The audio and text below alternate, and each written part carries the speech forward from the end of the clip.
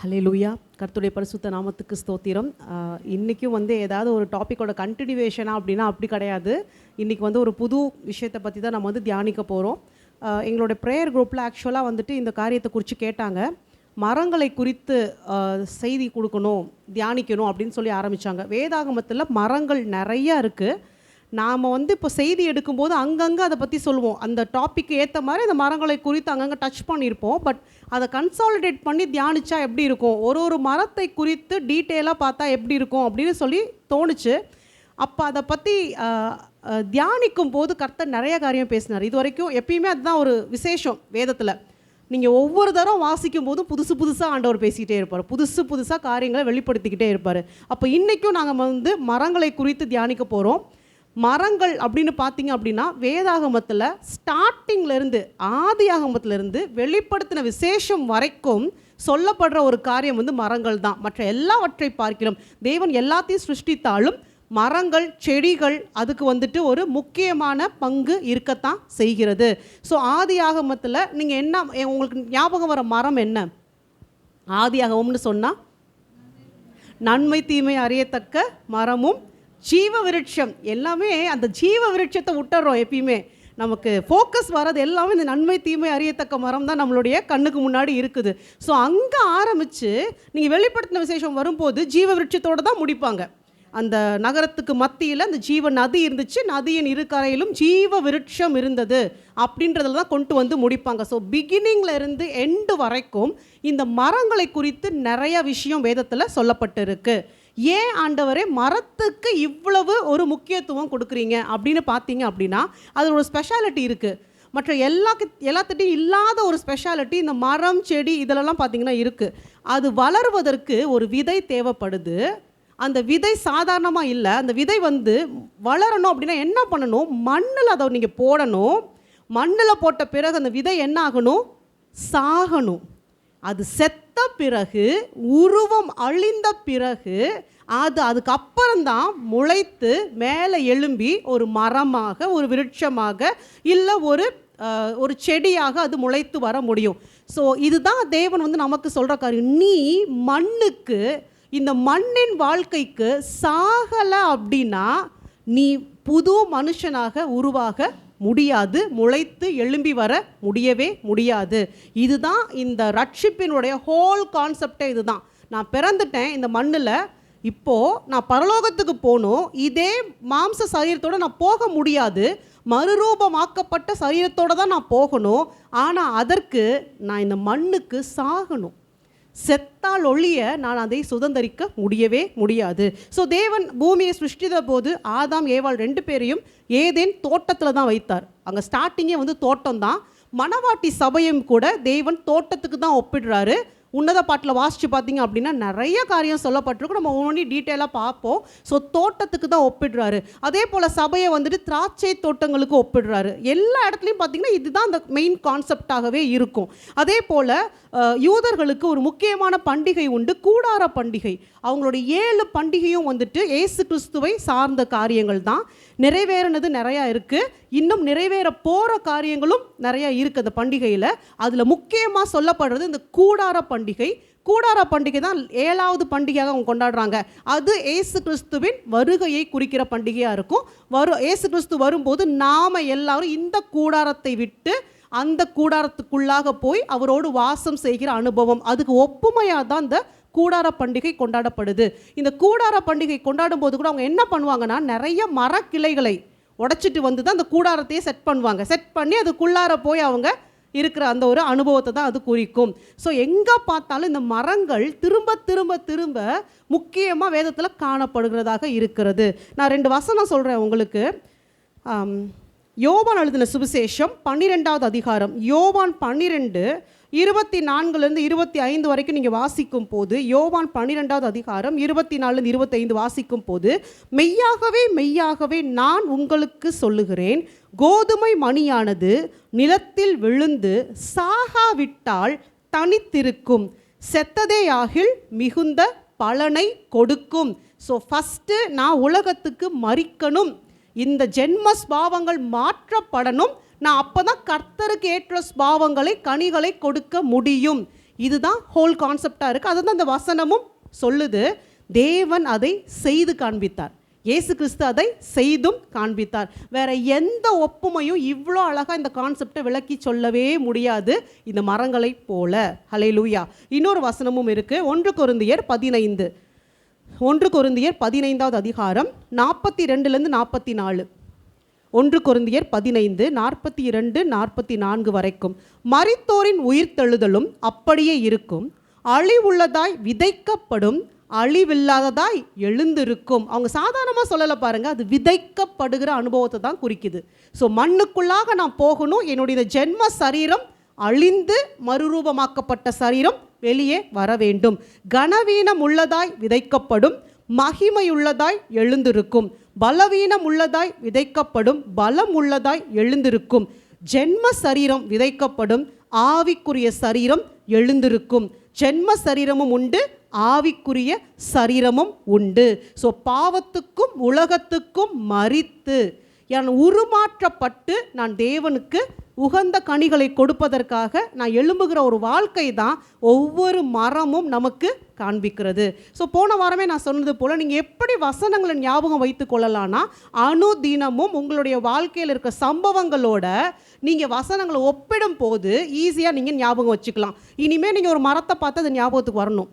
நிறைய மரம் இருக்கு இல்லையா, சுற்றி பார்க்கும் போதெல்லாம் உங்களுக்கு ஞாபகம் வரணும், இது ஒரு விதையிலேருந்து தான் வந்துச்சு, என்னை இப்படி தான் வச்சிருக்கிறாரு, இந்த விதை செத்தாதான் இப்படி ஒரு மரம் எழும்ப முடியும், நான் கர்த்தருக்காக கனி கொடுக்க முடியும், இது ஞாபகத்துக்கு வரணும். ஸோ இவ்வளோ விஷயம் சொல்லியிருக்கேன். நம்ம இன்ட்ரடக்ஷனில் நிறையா டைம் ஸ்பெண்ட் பண்ண வேணாம். ஸோ இதனால் மரங்கள் முக்கியமான ஒரு பங்கை வகிக்கிறதாக இருக்குது. ஒவ்வொரு மரத்தின் குணாதிசயத்தையும் நீங்கள் கர்த்தரோடும் ஒப்பிடலாம், உங்களோடையும் நீங்கள் ஒப்பிட்டுக்கலாம். அதை வச்சு தான் நம்ம இன்றைக்கி தியானிக்க போகிறோம். சரி, செய்திக்குள்ளார போகிறதுக்கு முன்னாடி உங்களுக்கு தெரிந்த மரங்களின் பெயர்கள் சொல்லுங்கள். ஆல்ரெடி சொல்லிட்டீங்க, ஜீவ விருட்சம் சொல்லியாச்சு, நன்மை தீமை அறியத்தக்க விருட்சம், அது ரெண்டையும் தவிர இன் பைபிள். ஓகே, வாதுமை மரம், ஒலிவ மரம், அத்தி மரம், கேதார் மரம், பனை மரம், சித்தி மரம். சூப்பர், இவ்வளோ தெரிஞ்சிருக்கிறோம். கரெக்டாக இவ்வளோ தூரமாக தான் நமக்கு தெரிஞ்சிருக்கு. சிலுவை மரம். அல்லேலூயா. ஸோ நிறைய மரங்கள் தெரிஞ்சிருக்குது. எத்தனை நாள் நீங்கள் அதை பற்றி ஆராய்ந்து பார்க்கணுன்னு சொல்லி நினச்சிருப்பீங்கன்னு எனக்கு தெரியல. அதில் ஒரு சில மரங்களை குறித்து நீங்கள் இந்த மரத்தில் இன்னொரு விஷயம் என்ன அப்படின்னா, இந்த டிரான்ஸ்லேஷன் இருக்குது இல்லைங்களா, நீங்கள் எபிரேயத்தில் பார்க்குறதுக்கும் இங்கிலீஷில் பார்க்குறதுக்கும் தமிழில் பார்க்குறதுக்கும் இந்த மரங்களுடைய பெயர்களில் நிறையா டிஃப்ரென்சஸ் இருக்கும். சரிங்களா? உதாரணமாக சொல்லணும் அப்படின்னா, எலியா சூறை செடிக்கு கீழே படுத்திருந்தார். அப்போ நம்ம புத்திக்கு ஏற்றது ஒரு செடி இருந்துச்சு, செடி கடியில் போய் படுத்திருந்தார். அது ஆக்சுவலாக ஒரு மரம். அதை ஆங்கிலத்தில் ப்ரூம் ட்ரீ அப்படின்னு சொல்கிறாங்க. நல்ல உயரமான மரம் தான், அதுக்கடியில் தான் அவர் போய் படுத்திருந்தார். இப்போ இந்த வித்தியாசங்கள் புரியுதா உங்களுக்கு? அதே போல் தாவீதுடைய காரியத்தில் முசுக்கொட்டை செடிகள்னு வரும், அது மல்பரி ட்ரீஸ்ன்னு சொல்கிறாங்க. ஸோ இது மாதிரி நிறையா அந்த வார்த்தை வித்தியாசங்களும் இருக்குது. ஸோ ரொம்ப டீப்பாக அதுக்குள்ளே போகலனாலும் நீங்கள் சொன்ன மாதிரி ஒலிவ மரம், அத்தி மரம், நமக்கு தெரிஞ்ச வரைக்கும் அந்த மரத்தை கொண்டு தேவன் நம்மோடு என்ன பேச போகிறாருன்றதை நம்ம தியானிக்கலாம். ஸோ ஆதி ஆகமத்திலேருந்தே நம்ம வரலான்னு நான் நினச்சேன். முதலாவது மரமாக இந்த நன்மை தீமை அறியத்தக்க விருட்சத்தை ஓரமாக வச்சுருங்க. ஜீவ விருட்சத்துக்கும் இப்போ வேண்டாம், ஆதி ஆகமத்தில் சொல்லப்பட்ட இன்னொரு முக்கியமான மரத்தை குறித்து முதலாவதாக பார்க்கலாம். ஏதாவது கெஸ் பண்ணுறீங்களா? இது இல்லாமல் ஆதி ஆகமத்தில் கொப்பேர் மரம். சிஸ்டர் கரெக்டாக சொன்னாங்க, கொப்பேர் மரம். கொப்பேர் மரத்தை எதுக்கு பயன்படுத்தினாங்க? போட்டு செய்ய, பேழையை கட்டுவதற்கு கொப்பேர் மரத்தை நோவா பயன்படுத்தினார். அதுக்கப்புறம் பைபிளில் எங்கேயாவது அந்த பேர் வருதா? எங்கேயுமே கிடையாது, எங்கேயுமே கிடையாது. இதெல்லாம் நீங்கள் யோசிக்கிறதுக்காக நான் சொல்கிறேன். கொப்பேர் மரம் அப்படின்றது வேதாகமத்தில் நோவாவின் பேழையை கட்டுவதற்கு மாத்திரம்தான் அந்த மரம் பயன்படுத்தப்பட்டதாக சொல்கிறாங்க. அதை பற்றின வேறு எந்த டீட்டெயில்ஸுமே இல்லை. பைபிள்லேயே அந்த பேர் வேறு எங்கேயுமே வரவே வராது. நீங்கள் இப்போ போய் வேத ஆராய்ச்சியாளர்கள்ட்டெல்லாம் நீங்கள் கேட்டிங்கன்னா, இல்லை அது பைன் ட்ரீ மாதிரி ஒன்று, சீடர் ட்ரீ மாதிரி ஒன்றுன்னு சொல்கிறாங்களே தவிர இந்த மரம் தான் அப்படின்னு சொல்லக்கூடிய தக்கதாக இன்றைக்கி உலகத்தில் இந்த மரம் கிடையாது. ஸோ ஃபஸ்ட்டு நம்ம புரிந்து கொள்ள வேண்டியது, அந்த மரம் தேவன் இந்த பர்பஸ்க்காகவே சிருஷ்டித்து வைத்திருந்தார். அந்த பர்பஸ் முடிஞ்சு போச்சு. அந்த மரம் அதற்கு பிறகு காணப்படவில்லை. ஹல்லேலூயா.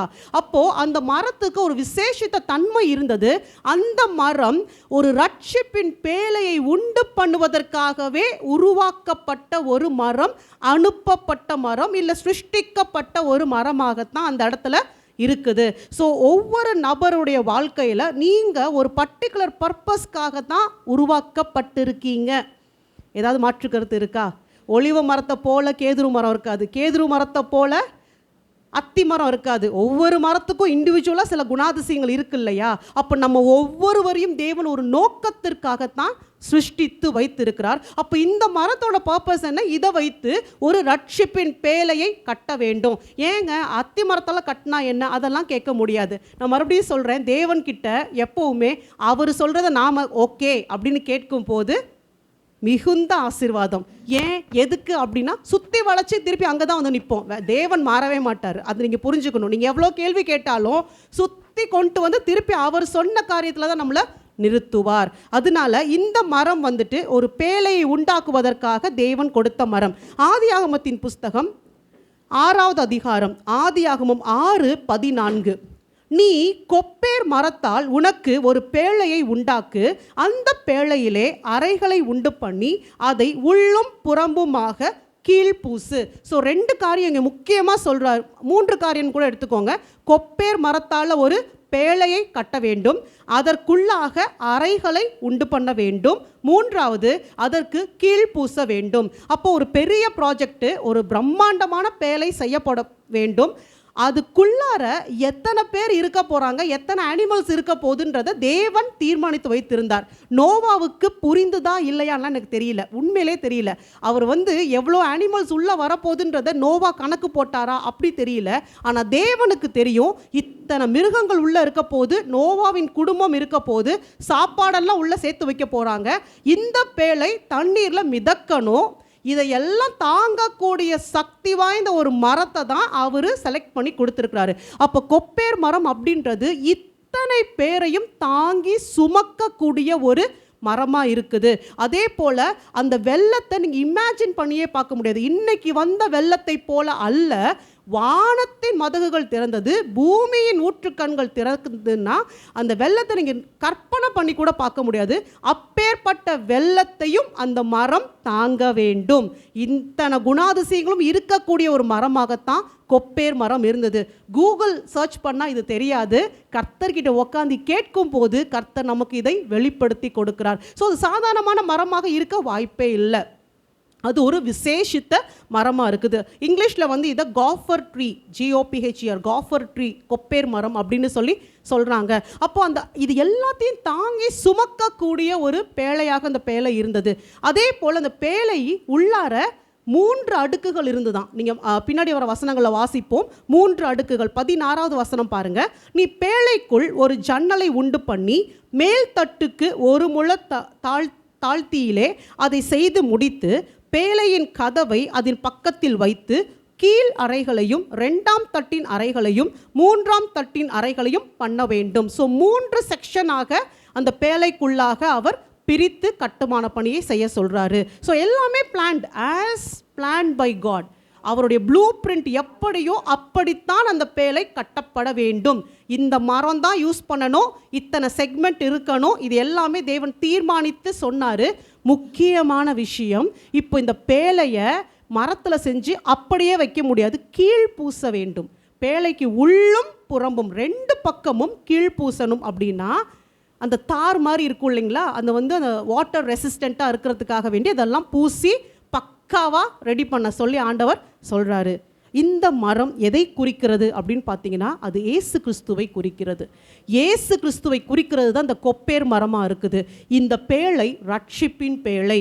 ஸோ இயேசு கிறிஸ்துவுடைய சபை, இயேசு கிறிஸ்து தன்னுடைய சரீரத்தினால அவர் கட்டி எழுப்பினது தான் இந்த சபையாகிய பேழை. உள்ளும் புறமும் இந்த பேழையை தன்னுடைய இரத்தத்தை கொண்டு கீழ்பூசி இருக்கிறார். அதற்கு 3 ஸ்தலங்கள் இருக்குது. வெளிப்பிரகாரம், உட்பிரகாரம், மகா பரிசுத்த ஸ்தலம். அதைத்தான் இந்த பேழைக்கு ஒரு மாடலாக வச்சு எங்க ஆதியாகமத்திலேயே சொல்லிட்டார். ஆதி ஆகமத்திலே சொல்லிட்டாரு, இந்த ரட்சிப்பின் பேழை இயேசு கிறிஸ்துவாகிய பேழை எல்லாரையும் சுமக்கும். அந்த பேழைக்குள்ள எத்தனை பேர் போனாலும் அத்தனை பேரையும் பாதுகாக்கும், சுமக்கும். நீங்கள் அதில் டவுட் பண்ண வேண்டிய அவசியமே இல்லை. தண்ணீரை போன்ற பாவம் எல்லளவும் உள்ள பிரவேசிக்க முடியாத படிக்கு அவருடைய ரத்தம் பாதுகாப்பாக அந்த சபைக்கு உள்ளும் புறம்பும் இருந்து சுத்திகரிப்பை கொடுப்பதாக, பாதுகாப்பை கொடுப்பதாக இருக்குது. ஸோ கொப்பேர் மரம் இயேசு கிறிஸ்துவை குறிக்கிறது. அந்த கீழ் பூசுதல் அப்படின்னா அவருடைய ரத்தத்தை கொண்டு பாதுகாப்பை கொடுக்கிற ஒரு காரியமாக இருக்கிறது. ஹல்லேலூயா. ஸோ அந்த பேழையே வந்துட்டு சபையுடைய மாடலாக சொல்லப்போனால் அந்த ஆசரிப்பு கூடாரம் இல்லை சாலமோனுடைய தேவாலயத்தின் மாடலாக அன்னைக்கே தேவன் கட்டும்படி செய்தார். இன்றைக்கு அந்த பேழைக்குள்ளாக பிரவேசிக்கிற யாவரும் ரட்சிக்கப்படுகிறார்கள், பாதுகாக்கப்படுகிறார்கள். அதுதான் இன்னைக்கு சபை. இன்றைக்கு இருக்கிற சபைகள் இப்படி இருக்கிறதா? கொப்பேர் மரம்ன்றது சாதாரணமாக இல்லை. அந்த மரத்தை என்ன பண்ணாங்களாம், அந்த கொப்பேர் மரத்தால் அந்த பேழையை செய்யும் போது அந்த மரத்தை அறுத்து அது ஸ்தானத்துலேருந்து அதை பிடுங்கி எடுத்து தனக்கு விருப்பப்பட்டபடி அதை வெட்டி ஆணி வச்சு அடித்து, கரெக்டாக இதெல்லாம் செஞ்சாங்களா, ஆணி வச்சு அடித்து அந்த பேழையை அப்படி தான் அவங்க உருவாக்கினாங்க. இயேசு கிறிஸ்துவும் அவருடைய ஸ்தானத்தில் இருந்து பிரித்தெடுக்கப்பட்டு பூமியில் கொண்டு வந்து வைக்கப்பட்டு இஷ்டப்பட்டபடியில் அவரை அடித்து நொறுக்கி அவர் மேல் ஆணி அடித்து அப்படித்தான் இந்த சபை கட்டப்பட்டது. இன்னைக்கு இருக்கிற சபையை தேவன் அப்படித்தான் கட்டி எழுப்பினார். அதே போல் தன்னுடைய இரத்தத்தை கொண்டே அதற்கு கீழ் பூசினார். ஸோ யாரெல்லாம் இந்த பேழைக்குள்ளே வராங்களோ அவர்கள் பாதுகாக்கப்படுகிறார்கள். உலகத்துக்கும் பாவத்துக்கும் அழிவுக்கும் அவர்கள் பாதுகாக்கப்படுகிறார்கள். சரி, இந்த பேழைக்குள்ளாக இதெல்லாம் அவங்க கட்டி முடிச்சுட்டாங்க. இந்த பேழைக்குள்ளாக யாரெல்லாம் உள்ளே போனாங்க? ஓகே, இந்த பேழைக்குள்ளாக இந்த பேழையை ஃபஸ்ட்டு தேவன் உண்டு பண்ணுன்னு சொல்லும் போதே அவர் சொன்ன ஃபஸ்ட்டு காரியமே வந்துட்டு, நீயும் உன் மனைவியும் உன் குமாரரும் உன் குமாரரின் மனைவிகளும். நான் டாபிக் கரெக்டாக போகிறேன். நான் யாரெல்லாம் சொன்னார்? நீயும் உன் மனைவியும். குடும்பம்னு சொல்லிட்டு போயிருக்க வேண்டியதானே. அப்போ ஸ்பெசிஃபிக்காக சொல்கிறாரு, ஒரு பேழையை நீ கட்டணும், ஒரு சபையை கட்டணும், ஒரு ரட்சிப்பின் பேழையை நீ உண்டாக்கணும் அப்படின்னா இன்றைக்கி நம்மக்கிட்ட கட்டதான் சொல்கிறாரு. முதலாவதாக நீ உள்ள பிரவேசிக்கணும். அதன் பிறகு யார் வரணும்? மனைவி, உன் பிள்ளைகள், உன் பிள்ளைகளின் மனைவியோ கணவனோ வாட் எவர் இட் இஸ், அவர்களுக்கு ஃபஸ்ட்டு ப்ரிஃபரன்ஸ் இருக்கணுமா இல்லையா? ஆமாவா இல்லையா? இன்றைக்கி அது நடக்குதா? இன்றைக்கி சபைகளில் அது இருக்குதா? நான் மறுபடியும் சொல்வேன், இந்த மாதிரி ஜென்ரலாக பேசும்போது நான் பொதுவாக சொல்கிறேன், யாரையும் குறிப்பிட்டு சொல்லவே இல்லை. இன்றைக்கு சபைகள் இதை மறந்து போகிறத பார்க்க முடியுது. மறுபடியும் சொல்கிறேன், நோவா கிட்ட கர்த்தர் தெளிவாகத்தான் பேசினார். ஃபஸ்ட்டு ப்ரிஃபரன்ஸ் நீ இருக்கணும், உன் மனைவி இருக்கணும், உன் பிள்ளைகள், பிள்ளைகளுடைய மனைவி இருக்கணும். அப்போ நோவா கிட்ட கர்த்தர் என்ன சொன்னார் அப்படின்னா, இந்த பேழையை நீ உண்டாக்கணும் அப்படின்னா இந்த தரிசனத்தை முதலாவதாக உன் குடும்பத்துக்குள்ளே நீ கொண்டு போ. அன்னைக்கு நோவா இருந்த நாட்களில் எல்லாரும் பாவம் பண்ணாங்க, எல்லாரும் அழிவுக்கு நேராக தான் ஓடிக்கிட்டு இருந்தாங்க. பரிசுத்தம்னு சொல்கிற ஒருத்தர் கூட அங்கே கிடையாது. இன்ஃபேக்ட் நோவா எழுந்து நின்று வந்த எல்லா ஜனங்களுக்கும் பிரசங்கம் பண்ணார். அழிவு வருது, பாவத்துக்கு விலகுங்க, ஆண்டவரை தேடுங்கன்னு எவ்வளவு சொன்னாலும் யாருமே அவருடைய பேச்சை கேட்கவே இல்லை. அப்படிப்பட்ட ஒரு காலகட்டம். இன்றைக்கி நாம் சொல்கிறோம்ல, சுற்றி பாவம் இருக்குது, என் பிள்ளை எப்படி நான் ஒழுங்காக வளர்க்க முடியும்? எங்கே போனாலும் பாவம் இருக்குது, அப்போ என் பிள்ளைகள் தப்பு செய்ய தானே செய்யுது. அதே போன்ற காலகட்டத்தில் தான் நோவாவும் இருந்தார். அவரை சுற்றி பாவம் இருந்துச்சு. அவங்க பிள்ளைகளை குறித்து வேதம் எதுவுமே இங்கே சொல்லலை. நோவாவை குறித்து அவன் நீதிமான், உத்தமன்னு சொல்லப்பட்டிருக்கே தவிர நோவாவுடைய பிள்ளைகளை குறித்து அவர்கள் நீதிமான்களாக இருந்தார்கள், உத்தமர்களாக இருந்தார்கள்னு சொல்லவே இல்லை. அப்போ என்ன சூழ்நிலை இருந்துச்சு நமக்கு தெரியாது. ஆனால் தேவன் தெளிவாக சொல்கிறாரு, உனக்கு நான் கொடுத்த இந்த தரிசனம் விலையேற பெற்றது. முதலாவதாக நீ இந்த தரிசனத்தை உன் குடும்பத்துக்குள்ளே கொண்டு போ. உன் மனைவிக்கு சொல்லு, உன் பிள்ளைகளுக்கு சொல்லு, உன் பிள்ளைகளுடைய மருமகளுக்கு சொல்லு, மனைவிகளுக்கு சொல்லு. அவர்களை கொண்டு தான் பேழையை கட்டுவேன். நோவா தனியாக பேழை கட்ட முடியாது. நான் திருப்பியும் சொல்கிறேன், சபையை தனியாக கட்டுறேன், நின்று கட்டுறேன், யார் தயவும் இல்லாமல் கட்டுறேன், தப்பு. என் குடும்பத்தை விட்டுட்டு மற்ற ஆட்களை கொண்டு கட்டுறேன், தப்பு. கர்த்தருக்கு குடும்பம் வேணுங்க, தனித்தனி ஆத்மா இல்லை, குடும்பமாக கேட்குறாரு. இன்னைக்கு தேவன் அதை தான் பேசுகிறார். I want you as a family. ஊழியக்காரரோ விசுவாசியோ தேவன் எப்படி கேட்குறாரு? குடும்பமாக பேழைக்குள் வர வேண்டும். அதுதான் தேவனுடைய விருப்பமாக இருக்குது. அப்போ நோவா என்ன பண்ணுறாரு? முதலாவதாக அவர் தன்னுடைய குடும்பத்துக்குள்ளாக இந்த தரிசனத்தை கொண்டு போகிறாரு. ஃபஸ்ட்டு ஸ்டெப் அவர் எடுக்கிறாரு. தேவன் வாய்க்க செய்தாரா இல்லையா? அன்னைக்கு காலகட்டத்தில் நோவா கிட்ட தான் ஆண்டவர் பேசினார். மழையே அவங்க பார்த்தது கிடையாது. இவ்வளோ பெரிய பேழையை எங்கே வச்சு கட்டினாங்க? வெட்டாந்தரையில் வச்சு கட்டினாங்க. கடற்கரை பக்கத்துலேயும் வச்சு கட்டலை. இன்றைக்கி நம்ம பிள்ளைகிட்ட போய் இதை சொன்னால் அது கேட்குமா?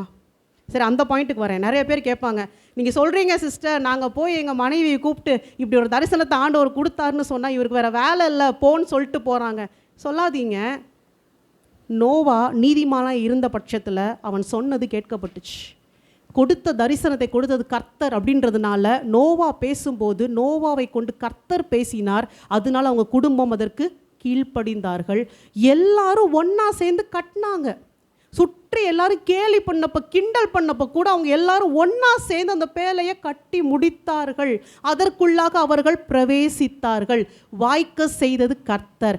ஏன் புத்தி சொல்லும் இவங்க இதெல்லாம் கேட்க மாட்டாங்கன்னு, ஆனால் கர்த்தர் சொல்கிறாரு உன் குடும்பம் இல்லாமல் நீ உள்ளே பிரவேசிக்காதுன்னு. இன்றைக்கி இருக்கிற ஒரு ஒரு நெருக்கடியான சூழ்நிலை இல்லை, ஒரு ஃபைன் லைன் தான் மினிஸ்ட்ரிக்கும் ஃபேமிலிக்கும் இருக்கிற டிஃப்ரென்ஸ் புரியலை. எல்லாத்தையும் ஒன்றா போட்டு கன்ஃபியூஸ் பண்ணி, இல்லை நீங்கள் ஊருக்கெல்லாம் சுவிசேஷம் சொல்லுங்கள், வேணான்னு சொல்லலை. எல்லா ஆத்மாவும் தேவை தான், வேணான்னு சொல்லலை. But how for are you with your family? உங்கள் மனைவி கிட்ட பிள்ளைங்க கிட்ட இந்த தரிசனங்களை குறித்து பேசுகிறீங்களா? கர்த்தர் உங்ககிட்ட பேசுகிறத ஷேர் பண்ணுறீங்களா? அவர்களுக்குள்ளாக அதை கொண்டு போகிறீங்களா? தனியாக நின்று ஊழியம் பார்க்க முடியாது, யாரோ ஒருத்தர் கூட சேர்ந்து ஊழியம் பார்க்க முடியாது. கர்த்தருக்கு குடும்பம் முக்கியமாக இருக்குது. அதிலும் பர்டிகுலராக இப்போ அது எல்லாரையும் நடத்தக்கூடிய நோவாவாக நீங்கள் இருக்கீங்கன்னா உங்கள் குடும்பம் மிக மிக அவசியமாக இருக்குது. கர்த்தர் அதை வாஞ்சிக்கிறார். அடுத்து அந்த பேழையை அவங்க கட்டி முடிக்கிறாங்க இல்லையா? ஏன் குடும்பத்துக்கிட்ட தேவன் நோவாவை அதை சொல்ல சொன்னார் அப்படின்னா, அவர்கள் குடும்பமாக உட்காந்து அந்த தரிசனத்தை பெற்றுக்கொள்கிறாங்க. குடும்பத்தாரோடு சேர்ந்து அவர்கள் ஜெபிக்கிறார்கள். இதுதான் நடந்திருக்கும். இதுதான் பேக்ரவுண்டு. குடும்பமாக சேர்ந்து அந்த தரிசனத்தை பெற்றுக்கொண்ட பிறகு குடும்பமாக சேர்ந்து அந்த தரிசனத்துக்காக அவங்க ஜெபிக்கிறாங்க. ஜெபிக்கப்பட்ட பிறகு அவர்களுக்குள்ளாக ஒருமனப்பாட்டின் ஆவி ஊற்றப்படுது. ஒருமனப்பாட்டின் ஆவி ஊற்றப்பட்ட பிறகு குழப்பம் வரலை, பிரச்சனை வரலை, சாத்தானுடைய தந்திரம் பழிக்கலை, எதுவுமே நடக்கலை. எல்லாரும் ஒருமனப்பட்ட பிறகு ஈஸியாக பேலை அங்கே கட்டி எழுப்பப்படுகிறது. இதற்கு தான் குடும்பமாக உட்காந்து இது எல்லாத்தையும் டிஸ்கஸ் பண்ண சொல்லி தேவன் இன்னைக்கு சொல்றாரு. ஹல்லேலூயா, ஹல்லேலூயா. மனைவிட்ட சொல்லி புரிய வைக்க முடியாது, ரொம்ப கஷ்டம். பிள்ளைங்கள்ட்ட சொன்னால் அது கேட்காது, கஷ்டம். ஆனால் நோவா நிலைமையை பாருங்கள். மருமகள்கிட்ட போய் சொல்லணும், மருமகளை கேட்க வைக்கணும். இவங்களாவது கூடவே இருக்கிறவங்க, அவங்க வெளியிலேருந்து வந்தவங்க 1008 கேள்வி கேட்பாங்களா இல்லையா? இதெல்லாம் நோவாக்கு தெரிஞ்சுதா இல்லையா? ஆனாலும் நோவா சொன்னார், கர்த்தர் வாய்க்க செய்தார். அன்னைக்கு செய்த கர்த்தர் இன்னைக்கும் செய்வார். ஹல்லேலூயா, ஹல்லேலூயா. இதை நீங்கள் சரியாய் செய்யும் போது தான் பேழை கட்டப்படும். ஆத்துமாக்கள் என்ன பண்ணும்? அப்படி கட்டப்பட்ட பேழையை ஆத்துமாக்கள் தேடி வரும். நோவா போய் சிங்கத்தை கூப்பிடல, புளியை கூப்பிடல, கரடியை கூப்பிடல, ஆட்டுக்குட்டியை கூப்பிடல. பேழை கரெக்டாக இவர் சொன்னது போல் கட்டப்பட்ட போது தானாக வந்துச்சா இல்லையா? எல்லாமே தானாக வந்துச்சா இல்லையா? ஸோ எல்லாத்தையும் கரெக்டாக புரிந்து கொள்ளுங்கள். தேவன் சொல்கிறபடியே எல்லாத்தையும் செய்யும் போது அடுத்தடுத்த காரியம் லகுவாக நடக்கும். ஸோ அந்த ஆத்துமாக்கள் எப்படி இந்த பேழைக்குள்ளாக வந்தது அப்படின்னு சொல்கிறேன் உங்களுக்கு. நோவா ஜனங்களுக்கு தான் பிரசங்கித்தாரே தவிர ஆடு மாடுகளுக்கோ காட்டில் இருந்த சிங்கத்துக்கோ பிரசங்கிக்கவில்லை. தேவன் எல்லாருக்காகவும் பேசக்கூடிய தேவன் தான். அந்த காலத்திலேருந்து இந்த காலம் வரைக்கும் பார்த்தீங்கன்னா வேதத்தில் நிறைய உதாரணம் இருக்குது. பறவைகளும் விலங்குகளும் கர்த்தருடைய சத்தத்துக்கு செவி கொடுத்துச்சா இல்லையா? எலியா கிட்ட போய் போஷிக்க சொல்லி காகத்தை அனுப்பும்போது காகம் போச்சா இல்லையா? அப்போ கர்த்தர் சொன்னால் கேட்குமா இல்லையா? நம்ம தான் கேட்க மாட்டோம். அவங்கெல்லாம் கரெக்டாக கேட்பாங்க. ஆடு மாடாக இருக்கட்டும், கழுதையாக இருக்கட்டும், காக்காயாக இருக்கட்டும், ஆண்டவர் போன்னு சொன்னால் திருப்பி கேள்வி கேட்காது, அது அந்த வேலையை செஞ்சுட்டு போய்கிட்டே இருக்கும். ஸோ அப்போலிருந்தே இந்த விலங்குகளை பொறுத்த வரைக்கும், பறவைகளை பொறுத்த வரைக்கும், ஏக சிருஷ்டியும் பொறுத்த வரைக்கும் கர்த்தருடைய சத்தத்தை கேட்கும், கீழ்ப்படியும். ஸோ ஓப்பனாக தேவன் இதே செய்தியை நான் விசுவாசிக்கிறேன். அவர் எல்லா விலங்குகள் காதுபட சொல்லியிருக்கணும். கீழ்ப்படிந்தது எதுவோ அது பேழைக்கு நேராக வந்தது. இதான் உண்மை. ஒரு ஜோடி தான் வந்துச்சுன்னா அவர் பட்சபாதம் பார்க்கிறாரா? நீ வராதன். நான் ஓப்பனாக சொல்கிறேன், கீழ்ப்படுகிறவங்க யாரோ அவர்கள் என்ன பண்ணுவாங்க? பேழைக்கு வருவாங்க. அப்படித்தான் ஒவ்வொரு ஜோடி விலங்கும் அந்த பேழையை தேடி வந்தது. இது என்னுடைய விசுவாசமாக இருக்கிறது. ஸோ தேர்ந்தெடுக்கப்பட்டன்னு சொல்ல முடியாது. கீழ்ப்படிந்த சிங்கம், கீழ்ப்படிந்த புலி, கீழ்ப்படிந்த கரடி, கீழ்ப்படிந்த ஆடு மாடு எல்லாமே தேவ வார்த்தைக்கு எதெல்லாம் கீழ்ப்படிந்ததோ அது எங்கே வந்தது? குடும்பமாய் சேர்ந்து கட்டப்பட்ட ரட்சிப்பின் பேழைக்கு ஜோடி ஜோடியாக வந்துச்சு. அப்போ உள்ள வர ஆத்துமா எப்படி வரும்? குடும்பம் குடும்பமாய் வரும். ஹல்லேலூயா. இன்னைக்கு இந்த சர்ச்சை வந்துட்டு குடும்பமாக நின்று சேர்ந்து கட்டி வழி நடத்தும் போது உள்ள வர ஆத்துமா எப்படி இருக்கும்? குடும்பம் குடும்பமாக, குடும்பம் குடும்பமாக. ஒருவேளை இன்றைக்கி நீங்கள் சொல்ல எனக்கு என்ன கல்யாணமே ஆகலையே, அம்மா அப்பா இருக்காங்க இல்லையா, ஸோ குடும்பமாக ரட்சிக்கப்பட்டு உள்ளே வந்துடுவீங்க. அவ்வளோதான், குடும்பமாக உள்ளே வந்துடுவீங்க. இங்கே இருக்கிறீங்களா குடும்பமாக, இன்னும் பிள்ளைங்க வரலையா, பிள்ளைங்க வந்துடுவாங்க. இன்னும் வந்து என் கணவன் இன்னும் மனம் திரும்பலை, மனைவி மனம் திரும்பலை, கர்த்தர் குடும்பமாய் உள்ளே கொண்டு வந்து சேர்ப்பார். அவர் என்றைக்குமே தனித்தனியாக பிரித்து பார்க்குற தேவனே கிடையாது. ஹல்லேலூயா. அதுதான் இங்கே நடந்தது. அடுத்து அந்த கொப்பேர் மரத்தினால் செய்து கீழ் பூசப்பட்ட அந்த பேழைக்குள்ளாக இப்போ பலதரப்பட்ட விலங்குகள் உள்ளே வருது. நோவாவின் குடும்பம் அங்கே எப்படி இருந்திருப்பாங்க? பாஸ்டரை போல் இருந்திருப்பாங்க. இன்றைக்கி ஒரு சபையில் எப்படி ஒரு மெய்ப்பர் இருக்கிறாரோ அதே போல் தான் அந்த குடும்பம் அந்த பேழைக்குள்ளாக இருக்கிறாங்க. நல்லா புரிஞ்சுக்கோங்க, இந்த பேழை வந்து ஒரு சபையை குறிக்கிறது. அங்கே தேவ பிரசனம் இருந்துச்சா இல்லையா? 100% தேவ பிரசனம் அந்த இடத்துல இருந்துச்சு. அந்த தேவ பிரசனத்தில் நோவாவும் அவங்க குடும்பமும் இருக்கிறாங்க. இப்போ உள்ளார பலதரப்பட்ட விலங்குகள் உட்பிரவேசிக்குது. இந்த விலங்குகளை பொறுத்த வரைக்கும் அதை குறித்து கொஞ்சம் பார்க்கலாம். இந்த விலங்குகளில் சிங்கம் உள்ளே வருது, புலி உள்ளே வருது, மான் உள்ளே வருது, ஓநாய் உள்ளே வருது, சர்ப்பமும் கூட உள்ளே வந்தது, பலதரப்பட்ட பூச்சிகள் உள்ளே வந்துச்சு. ஆனால் உள்ளே வர வரைக்கும் அதுக்கு முன்னாடி அதோடைய சுபாவம் எப்படி இருந்தது? பேழைக்குள்ளே வரத்துக்கு முன்னாடி சிங்கம் எப்படி இருந்துச்சு? சிங்கமாக தான் இருந்துச்சு. கரடி கரடியாக தான் இருந்துச்சு. மான் மானாக தான் இருந்துச்சு. மானை சிங்கம் பார்த்தா என்ன பண்ணும்? அடித்து சாப்பிட்ரும். மான் சிங்கத்தை பார்த்தா பாஞ்சு ஓடிரும். ஆனால் பேழைக்குள்ளே வந்த பிறகு எல்லாருடைய சுபாவமும் எப்படி மாறுச்சு? தேவன் எப்படி விரும்பினாரோ அதே மாதிரி மாறுச்சா இல்லையா? ஹல்லேலூயா. அதுதான் கிறிஸ்துவின் ரத்தம் சிந்தி மீட்கப்பட்ட சபைக்குள்ளாக ஆத்துமாக்கள் வரும்போது நடக்கிற காரியம். வெளியில் நான் பெரிய ஆள், நான் யார் தெரியுமா, நான் எவ்வளோ பெரிய ரவுடி தெரியுமா, நான் எவ்வளோ பெரிய மேதை தெரியுமா, நான் படிச்சிருக்கேன், பணம் இருக்குது, பட்டம் இருக்குது, அது எங்கே? சபைக்கு வெளியில். சபைக்கு உள்ளே வந்தாச்சு அப்படின்னா சிங்கமும் ஆட்டுக்குட்டியும் ஒன்று தான்.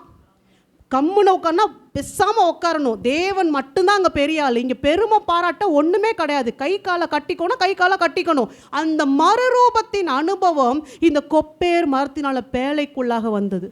அதுதான் அந்த இடத்துல விசேஷமே. அப்போ கர்த்தருடைய ரத்தத்தினால் மீட்கப்பட்ட சபைக்குள்ளாக குடும்பம் குடும்பமாய் வருகிறது மாத்திரமல்ல, குடும்பம் குடும்பமாக மறுரூபமாக்கப்படுகிற அனுபவத்துக்குள்ளாக வருகிறோம். இது இந்த மரம் வந்து அவ்வளோ விசேஷித்த தன்மை. அதை தான் நான் சொல்வேன், அவ்வளோ விசேஷம். இவ்வளவு இந்த மரத்தை கொண்டு ஒப்பிட்டு பார்க்க வேண்டியது கிறிஸ்துவை கொண்டு. ஸோ கிறிஸ்துவுக்குள்ளாக ஒருத்தன் உட்பிரவேசிக்கும் போது அவருடைய கிளைக்கப்பட்ட மாம்சமாகிய திரையின் வழியாக நீங்கள் உள்ளே பிரவேசிக்கிறீங்க அப்படின்னா இதுதான் அந்த மறுரூபத்தின் அனுபவம். நான் இது வரைக்கும் சிங்கத்தை போல இருந்தேன், இது வரைக்கும் நான் ஆட்டுக்குட்டியை போல இருந்தேன், இது எப்படி இருந்தாலும் சரி உள்ளே வந்த பிறகு தேவன் என்ன சொல்கிறாரோ அதற்கு ஏற்றாற் போல என்னை நான் மாற்றிக்கொள்கிறேன். என் ஜென்ம ஸ்பாவம் அங்கு அழிக்கப்பட்டு ஆவிக்குரிய ஸ்பாவங்கள் எனக்குள்ளாக உருவாகிறது. ஹல்லேலூயா.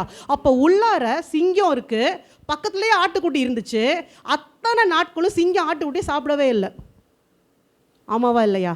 நான் வந்து நான் வெஜிடேரியனாக இருக்கேன். என் கண்ணு முன்னாடி நீங்கள் நல்ல சிக்கன் சமைச்சு கொண்டு வந்து வச்சுட்டீங்க, கையை கட்டி உட்காந்து வேடிக்கை பாருன்னா அது அந்த ஸ்பாவத்தில் இருக்கவங்களுக்கு தெரியாது எவ்வளோ கஷ்டம்னு. கரெக்டாக வெஜிடேரியன் இருப்பாங்க, நல்லா சாப்பிட்டு ருசி கண்ட பிறகு பக்கத்திலே இருக்குது. ஆனால் எனக்கு இப்போது அதை சாப்பிட்ற எண்ணம் கொஞ்சம் கூட இல்லை. அப்படின்றது தான் தேவ பிரசன்னத்தின் வல்லமையாக இருக்குது. அங்கே இருந்த பிரசன்னம் அந்த விலங்குகள் எல்லாவற்றுடைய ஸ்பாவத்தை மாற்றுறதை நம்மளால் பார்க்க முடிகிறது. அப்போ அவங்க என்ன சாப்பிட்ருப்பாங்க? தானியத்தெல்லாம் சேர்த்து வைக்க சொல்கிறாரு. அதாவது சாப்பிட்ற உணவெல்லாம் நோவா கிட்ட ஆண்டவர் சேர்த்து வச்சிருன்னு சொல்லிட்டாரு. ஸோ வசனம் வாசிக்க நேரம்ல நீங்கள் பகுதியை ஃபுல்லாக வாசிச்சு பாருங்கள். சேர்த்து வச்சுக்கோன்ட்டாரு. எத்தனை நாளைக்குன்னு சொல்லலை. நோவா எவ்வளோ சேர்த்து வச்சாரு தெரியாது. ஆனால் குறைவுபட்டுச்சா? தேவனுக்கு தெரியும்ல எத்தனை நாள் இருக்க போகிறாங்க, எவ்வளோ தேவை அப்படின்ட்டு. நான் விசுவாசிக்கிறேன் அல்ல வந்திருக்கும். அவ்வளோதான். சபையை பொறுத்த வரைக்கும் தேவன் சொல்லி நீங்கள் செஞ்சீங்கன்னா குறைவுன்றதே இருக்காது. ஐயோ 10 பேர் வரேன்னு சொல்லியிருந்தாங்க, நான் 10 பேருக்கு தானே சாப்பாடு வாங்கினேன், 20 பேர் வந்தாலும் சாப்பாடு இருக்கும். அது ஏன்னா தேவன் ப்ரொவைட் பண்ணுவார். சபையை பொறுத்த வரைக்கும் மனுஷன் அங்கே எதை குறித்தும் கலங்க வேண்டிய அவசியமே கிடையாது. அப்போ இத்தனை விலங்குகளும் அங்கே என்ன சாப்பிட்டுச்சு? வெஜிடேரியன் தான் சாப்பிட்டாங்க. ஹல்லேலூயா. அப்போது பசிச்சாலும் புல்லை திங்காது, ஆனால் அங்கே சாப்பிட்டுச்சு. அங்கே புலி பசி எடுத்த போது நோவா கொடுத்த அந்த புல்லைத்தான் சாப்பிட்டுச்சு. ஆமாவா இல்லையா? ஏற்றுக்கொள்ள முடியுதா இல்லையா? வசனத்தை வாசிப்போம். ஏசாயா தீர்க்க தரிசன புஸ்தகம் 11வது அதிகாரம், ஏசாயா 11:6-9. ஏசாயா 11:6-9. அப்பொழுது ஓநாய் ஆட்டுக்குட்டியோடே தங்கும், புலி வெள்ளாட்டுக்குட்டியோடே படுத்துக்கொள்ளும், கன்றுக்குட்டியும் பாலசிங்கமும் காளையும் ஒருமித்திருக்கும், ஒரு சிறு பையன் அவைகளை நடத்துவான், பசுவும் கரடியும் கூடிமேயும், அவைகளின் குட்டிகள் ஒருமித்து படுத்துக்கொள்ளும், சிங்கம் மாட்டை போல் வைக்கோல் தின்னும், பால் குடிக்கும் குழந்தை விரியன் பாம்பு வலையின் மேல் விளையாடும், பால் மறந்த பிள்ளை கட்டுவிரியன் புற்றிலே தன் கையை வைக்கும். ஹல்லேலூயா. இது எங்கே சொல்லப்பட்டிருக்கு? 1000 வருட அரசாட்சி இப்படித்தான் இருக்குன்னு சொல்லப்பட்டிருக்கு. நான் மறுபடியும் சொல்கிறேன், நோவாவின் பேழையில் ஆல்ரெடி ஒரு சாம்பிள் ஆண்டவர் காண்பித்தார். ஏதேன் தோட்டத்தில் எல்லாத்தையும் சிருஷ்டித்த போது தேவர் ஆல் வெஜிடேரியன்ஸ். எங்கேயுமே இது மாதிரி தீங்கு செய்யப்படவில்லை. பாவம் உள்ள பிரவேசித்த பிறகுதான் ஸ்பாவங்கள் மாற்றப்பட்டது. மீண்டுமாக அந்த ஸ்பாவம் மாறணும். பாவம் போனால் பார்த்தா அது மறுரூபம் அடையணும். அதற்கு நீங்கள் சபைக்குள்ளே வரணும். சபைக்குள்ளே வரும்போது உண்மையிலே நீங்கள் ரட்சிக்கப்பட்டிருக்கீங்க அப்படின்னா இந்த ஜென்ம ஸ்பாவம் உங்கள்கிட்ட இருக்காது. இந்த ஜென்ம ஸ்பாவம் இருக்காது. அன்னைக்கு அந்த அந்த அந்த சிங்கம் பசுவை போல புல்லை தான் தின்னுச்சு, வைக்கோல் சாப்பிட்டுச்சு, அது ஸ்பாவம் மாற்றப்பட்டுச்சு. இவ்வளவு ஏன், அந்த விரியன் பாம்பும் கூட விஷத்தை கக்கவே இல்லை, விரியன் பாம்பும் கூட தீங்கு இழைக்கவே இல்லை. எல்லாத்தினுடைய ஸ்பாவங்களும் அந்த இடத்துல மாற்றப்பட்டதை பார்க்குறோம். சந்தோஷமாக இருக்குது, எல்லாமே சமாதானமாக இருக்குது, அவற்றிற்கு ஒரு குறைவும் இல்லை. இது எல்லாமே எங்கே நடந்தது? அந்த கொப்பேர் மரத்தினால் அல்ல பேழைக்குள்ளாக. ஸோ கண்ணுக்கு பார்க்குறது இங்கே சர்ச்சுக்குள்ளார அப்படி வரீங்க போகிறீங்க அப்படி தான் இருக்கும். ஆனால் உள்ளே வரும்போது இவ்வளவு பெரிய மாற்றத்தை தேவன் நம்ம வாழ்க்கையில் தருகிறார். ஹல்லேலூயா. அண்ட் மறுபடியும் சொல்கிறேன், இதுக்கு நீங்கள் எப்படி உள்ளே வரணும்? குடும்பமாய் வர வேண்டும் என்று தேவன் வாஞ்சிக்கிறார். ஹல்லேலூயா. ஸோ இதுதான் கொப்பேர் மரத்தை குறித்த சில காரியமாக இருக்குது. சரி, அந்த ஒரே ஒரு விஷயத்துக்கு மட்டும் நான் கொஞ்சம் எக்ஸ்ப்ளனேஷன் கொடுக்குறேன். மனைவி கேட்பாங்களா, பிள்ளைகள் கேட்பாங்களா அப்படின்னு சொல்லும்போது, இங்கே நோவா சொன்ன போது அவங்க மனைவி அதற்கு செவி கொடுத்தார்கள். ஆதியாகமத்தின் புஸ்தகம் 6வது அதிகாரம் ஆதியாகமத்தின் புஸ்தகம் 6வது அதிகாரம் 18வது வசனம் பாருங்க. ஆனாலும் உன்னுடனே என் உடன்படிக்கையை ஏற்படுத்துவேன், நீயும் உன்னோடே கூட உன் குமாரரும் உன் மனைவியும் உன் குமாரரின் மனைவிகளும் பேழைக்குள் பிரவேசியுங்கள் அப்படின்னு சொன்ன போது அவங்க எல்லாரும் தான் உள்ள பிரவேசித்தாங்கன்றதை பார்க்கிறோம். அதே போல ஆதியாகமத்தின் புஸ்தகம் 6வது அதிகாரம் 9வது வசனத்தில் நோவா தன் காலத்தில் இருந்தவர்களுக்குள்ளே நீதிமானும் உத்தமனுமாய் இருந்தான். நோவா தேவனோட சஞ்சரித்து கொண்டிருந்தான். அப்போ நோவாவுடைய கேரக்டர்ஸ் என்ன? நோவா நீதிமானாக இருந்தார், உத்தமனாக இருந்தார், தேவனோடு சஞ்சரிக்கிற ஒரு மனுஷனாக இருந்தார். ஸோ தேவன் சொல்கிறாரு, நீங்கள் இப்படிப்பட்ட ஒரு நபராக இருப்பீர்களானால் நிச்சயமாக உங்கள் குடும்பம் நீங்கள் பேசுகிற வார்த்தையை, தேவன் தரும் தரிசனத்தை கேட்பார்கள். அது நீதிமானுக்கென்று தேவன் வைத்திருக்கிற சுதந்திரமாக இருக்கிறது. ஹல்லேலூயா. இன்னொரு கேள்வி கேட்பாங்க, யோபுவும் நீதிமானாக தான் இருந்தார், யோபுவோட ஒய்ஃப் என்ன சொன்னாங்க? நோவாவோட ஒய்ஃப் கேட்டுக்கிட்டாங்க. இந்த கேள்வி வருமா இல்லையா? நீங்கள் கொஞ்சம் யோசிச்சிங்கன்னா வரும். அப்போ யோபு நீதிமான், உத்தமன், சன்மார்க்கன் எல்லாமே தான் இருந்துச்சு. ஆனால் யோபுவோடைய மனைவியை குறித்து சொல்லும்போது பார்த்தீங்கன்னா அவங்க என்ன வார்த்தை சொன்னாங்க? எல்லாருக்கும் இது மட்டும் மறக்கவே மறக்காது. யோபு எப்படிப்பட்ட கேரக்டர்னு சொன்னால் வசனத்தை கரெக்டாக சொல்ல மாட்டாங்க. யோபுவோட ஒய்ஃப் என்ன சொன்னாங்கன்றது மட்டும் கரெக்டாக ஞாபகம் வச்சு சொல்லுவாங்களா இல்லையா? சொல்லுங்க யாராவது ஒருத்தர். தேவனை தூஷித்து ஜீவனை விடும். நான் ஏற்கனவே சாராளை குறித்து சொன்னபோது உங்களுக்கு சொன்னேன் இல்லை, வாசிக்கிறது எப்படி வேணாலும் நீங்கள் வாசிக்கலாம். அவங்க என்ன மனநிலைமையில் ஒரு வார்த்தையை பேசுகிறாங்கன்றத கொஞ்சம் நீங்கள் ஆவியானோட்ட கேட்டு வாசிச்சிங்கன்னா ரொம்ப நல்லா இருக்கும். நல்லா புரிஞ்சுக்கோங்க. யோபுவினுடைய வாழ்க்கையில் இது டாபிக்கு புறம்பாக இருந்தாலும் யூஸ்ஃபுல்லாக இருக்கும்னு சொல்கிறேன். யோபுவுடைய வாழ்க்கையில் ஒரு பெரிய ஐஸ்வர்யவானாக இருந்தார், தேவனுக்கு பயப்படுற ஒரு மனுஷனாக இருந்தார். அவரை போல ஒரு பெஸ்ட் பர்சன் யாருமே இல்லைன்ற அளவுக்கு இருந்தார். அப்படிப்பட்ட யோபுவுடைய வாழ்க்கையில் ஒரே நாளில் எல்லாத்தையும் இழந்து போகிறாரு. பிள்ளைகளை இழந்தாச்சு, சொத்தை இழந்தாச்சு, எல்லாத்தையும் இழந்து போயிட்டாரு.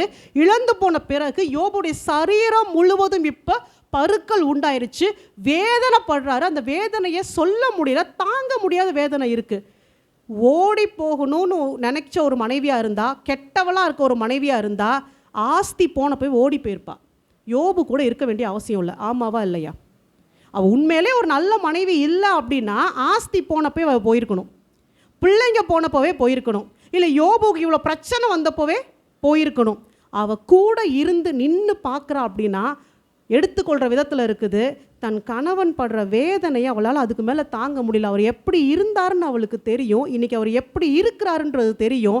துக்கம் தாங்காமல் இன்னும் ஏங்க தேவனை தூஷித்து ஜீவனையாவது விடுங்க. பெண்களை குறித்து ஒரு காரியம் சொல்கிறேன். வசனம் சொல்லுது, பெண்கள் பலவீனமானவர்கள். ஆமாவா இல்லையா? பலவீனமானவங்களா? பெண்கள் பலவீனமானவங்களா? சண்டேல தான் தெரியும். உண்மையிலேயே சொல்கிறேன், சண்டேல தான் தெரியும். எல்லாவற்றிலும் நீங்கள் பார்த்தீங்கன்னா இப்போ ஆண்களுக்கு ஈக்குவலாக எல்லா வேலையும் பார்ப்பாங்க. ஆனால் எதில் பலவீனமானவங்க தெரியுமா? அவர்கள் நேசிக்கிற ஒருத்தவங்களுக்கு ஒரு பிரச்சனைன்னு வந்துச்சுன்னா எல்லாத்தையும் தூக்கி போடுவாங்க. அவங்களால அதுக்கு மேலே அதை தாங்கிக்கவே முடியாது. ஆமாவா இல்லையா? இன்றைக்கி எனக்காக நான் துடிக்கிறத விட என் பிள்ளைக்கு ஒன்றா தாங்கிக்கவே முடியாது. அது பெண்களுடைய வீக்னஸ், அது மட்டும்தான். ஏன்னா சாபமே அதான், உன் ஆசை உன் புருஷனை பற்றி இருக்கும், நீ அங்கே தான் போய் நிற்ப. ஐயோ என் வீட்டுக்காரர் வந்து என்னை பார்த்து வந்து ஆசையாக பேச மாட்டார், அதில் தான் வீக் பாயிண்ட்டே தவிர இவங்களை வேறு எதுலேயுமே நீங்கள் வந்து காம்ப்ரமைஸ் பண்ணவே முடியாது. ஹஸ்பண்டுக்கு ஒன்றுனா தாங்கிக்க மாட்டாங்க, பெற்ற பிள்ளைகளுக்கு ஏதாவது ஒன்றா தாங்கிக்க மாட்டாங்க. ஆண்டவரே நான் உங்களை கூட தூரமாக வைக்கட்டுமான்னு கேட்கிற பெண்களை தான் பார்க்க முடியுமே தவிர, இதுதான் அவங்களுடைய வீக் பாயிண்ட். ரொம்ப சிம்பிள். ஸோ எங்கள் யோபுவின் மனைவி சொன்ன வார்த்தையும் கூட இதை பேஸ் பண்ணி தான் சொல்லியிருப்பாங்களே தவிர, இல்லைன்னு வச்சுக்கோங்களேன், உண்மையிலே அவங்க இருதயம் கேடுள்ளதாக இருந்தால் ஆண்டவர் அவங்கள தூக்கியிருப்பார். அதே மனைவியை கூடவே வச்சு அந்த மனைவி மூலமாக தான் மறுபடியும் ஆசீர்வாதம் அப்படின்னும் போது இருதயத்தை பார்க்கிற தேவன் தான் நீங்கள் எடுத்துக்கணுமே தவிர நீங்கள் வந்து பொதுப்படையாக அங்கே சொல்ல முடியாது. இது இன்னொரு காரியம் என்ன அப்படின்னா, வீடும் ஆஸ்தியும் பிதாக்கள் வைக்கும் சுதந்திரம், புத்தியுள்ள மனைவி கர்த்தர் அருளும் ஈவு. யோபுவின் குணத்துக்கு நிச்சயமாக வேறு மாதிரி ஆண்டவர் கொடுத்துருக்க மாட்டார், ஏற்ற துணையை தான் கொடுத்தாரு. ஸோ குறை சொல்வதற்கு அங்கே ஒன்றுமே கிடையாது. ஹல்லேலூயா. ஸோ டவுட் கிளியரா? அடுத்த மரத்துக்கு போகலாமா? ஸோ கொப்பேர் மரம்னா உங்களுக்கு என்ன ஞாபகம் வரணும் இனிமே? ரட்சிப்பின் பேழை. அது இயேசு கிறிஸ்துவை குறிக்கிறது. அது ரட்சிப்பின் பேழையாக இருக்கிறது. இயேசு கிறிஸ்து கொப்பேர் மரமாக இருக்கிறார். அது சபையை குறிக்கிற காரியமாக இருக்குது. உள்ளும் புறம்பும் அவருடைய இரத்தத்தினாலே கீழ்பூசப்பட்டு இருக்குது. ஸோ அந்த ரட்சிப்பின் அனுபவத்துக்குள்ளாக சபைக்குள்ளாக நீங்கள் வரும்போது பாவம் அணுகாது, தீமை அணுகாது, எந்த ஒரு பிரச்சனையோ ஒரு அழிவு உங்களை நெருங்காது. அதற்குள்ளாக நீங்கள் மறுரூபமாக்கப்படுகிறீர்கள். ஹல்லேலூயா. அடுத்த மரம் மாறா. ஸோ இது ரெண்டு மட்டும் இன்றைக்கி பார்ப்போம். நம்ம மாறான்றது அடிக்கடி நம்ம செய்தியில் பேசின ஒரு விஷயந்தான். மறுபடியும் இன்னும் கொஞ்சம் எக்ஸ்ட்ரா இன்ஃபர்மேஷன் தான் உங்களுக்கு நான் இன்றைக்கி கொடுக்க போகிறேன். மாறா மர் ட்ரீ அப்படின்றது வந்துட்டு ஒரு வகையான மரம். அது வந்து எதற்கு விசேஷமானது அப்படின்னா, அந்த மரத்தில் இருக்கிற எந்த ப்ராடக்ட்டையும் நீங்கள் யூஸ் பண்ண முடியாது. சொல்ல போனால் காயோ பழமோ இல்லை இலைகளோ அந்த மரக்கிளையோ வேரோ இது எதையுமே நீங்கள் யூஸ் பண்ண முடியாது. ரீசன் என்ன அப்படின்னா, அவ்வளவு கசப்பான மரம் அது. வேர்லேருந்து காயிலேருந்து பழத்துலேருந்து கசப்புத்தன்மை மாத்திரமே இருக்கக்கூடிய ஒரு மரம் தான் இந்த மாறா. எப்பயும் நான் சொல்கிற உதாரணத்தை சொல்லிவிட்டு அந்த எக்ஸ்ப்ளனேஷனுக்குள்ளார போகிறேன். இந்த மாறா மரத்தை குறித்து நான் ஏற்கனவே சொன்ன ஒரு கதை தான். ஒரு கதையை போல் இந்த மரத்துடைய தன்மையை பார்ப்போமே. ஊருக்கு வெளியில் ஒரு மரம் இருந்துச்சான். இந்த மாறா மரம் வந்து இருந்துச்சான். அந்த மரம் வந்துட்டு கசப்பு தன்மை நிறைந்ததாக இருக்குது.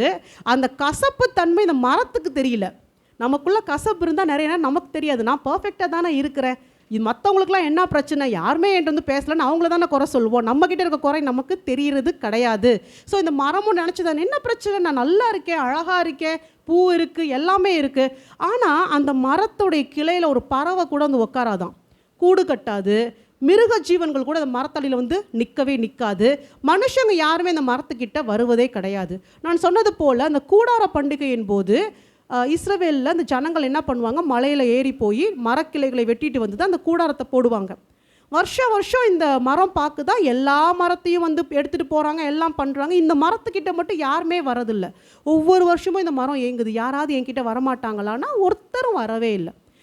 ஒரு வருஷம் ஒரு சின்ன பையன் இந்த மரத்துக்கிட்ட வந்துட்டு அதில் இருக்க பழத்தை பறிக்கலான்னு சொல்லி போகும்போது கூட இருந்த பையன் வந்து சொன்னானா, ஏண்டா அந்த பழத்தை போய் பறிக்கிற, உனக்கு என்ன உணர்வு இல்லாமல் போச்சா, இந்த மரத்தோட பழத்தை போய் எவனாவது சாப்பிடுவானா, இது கிட்டையாவது யாராவது வருவாங்களான்னு இந்த மரத்துக்கே கன்ஃபியூஷனாக இருக்குது. என்னடா நம்மளை பற்றி இப்படியெல்லாம் சொல்கிறாங்க அப்படின்னு சொல்லிட்டு அப்போ அந்த கூட இந்த பையன் சொன்னானா, எவ்வளவு கசப்பு வாசனை வருது பார், அந்த காற்றே கசப்பாக இருக்குது, யாரால் இந்த மரத்தில் நிற்க முடியும், இதை யாரால் தொட முடியும், இதை தொட்டால் கசப்பு மட்டும்தான் இருக்கும், அதான் யாருமே இதை தொடரதே இல்லை, நீ ஏன்டா இங்கே வந்தேன்னு சொல்லி பையனை கூப்பிட்டு போயிட்டானா. அப்போ தான் இந்த மரத்துக்கு தெரியுது, ஓ இவ்வளவு கசப்பு எனக்குள்ளே இருக்குதா, இந்த காற்றே கசந்த காற்றா மாறுற அளவுக்கு எனக்குள்ள கசப்பு இருக்கா, நான் என்ன பண்ண முடியும்னு சொல்லிட்டு ரொம்ப மனசு பாரப்பட்டு அந்த மரம் அழுததாக ஒரு சின்ன கதை, அதோட தன்மையை புரிந்து கொள்வதற்காக. அந்த மரம் துக்கப்பட்டு ரொம்ப இருதயம் நொறுக்கப்பட்டு அழுதுச்சான். அந்த மரத்தினுடைய அந்த பட்டைகள் எல்லாம் விரிவடைந்து அப்படி ஒரு பிளவு உண்டாகி அதுக்குள்ளாக இருந்து பிசின் தைலம் வடிய ஆரம்பிச்சுதான். நீ இந்த பிசின் தைலம் பார்த்தாலே கொஞ்சம் ப்ரௌனிஷ் ரெட்டிஷ் கலரில் இருக்கும், அப்படியே வழிந்து ஓட ஆரம்பிச்சு தான். கொஞ்ச நேரத்திலே பார்த்தா ஊர் ஜனமே அங்கே கூடிருச்சான். என்னன்னா அந்த பிசின் தைலம் அவ்வளவு வாசனை உள்ளதாக மாறி இருந்துச்சான்.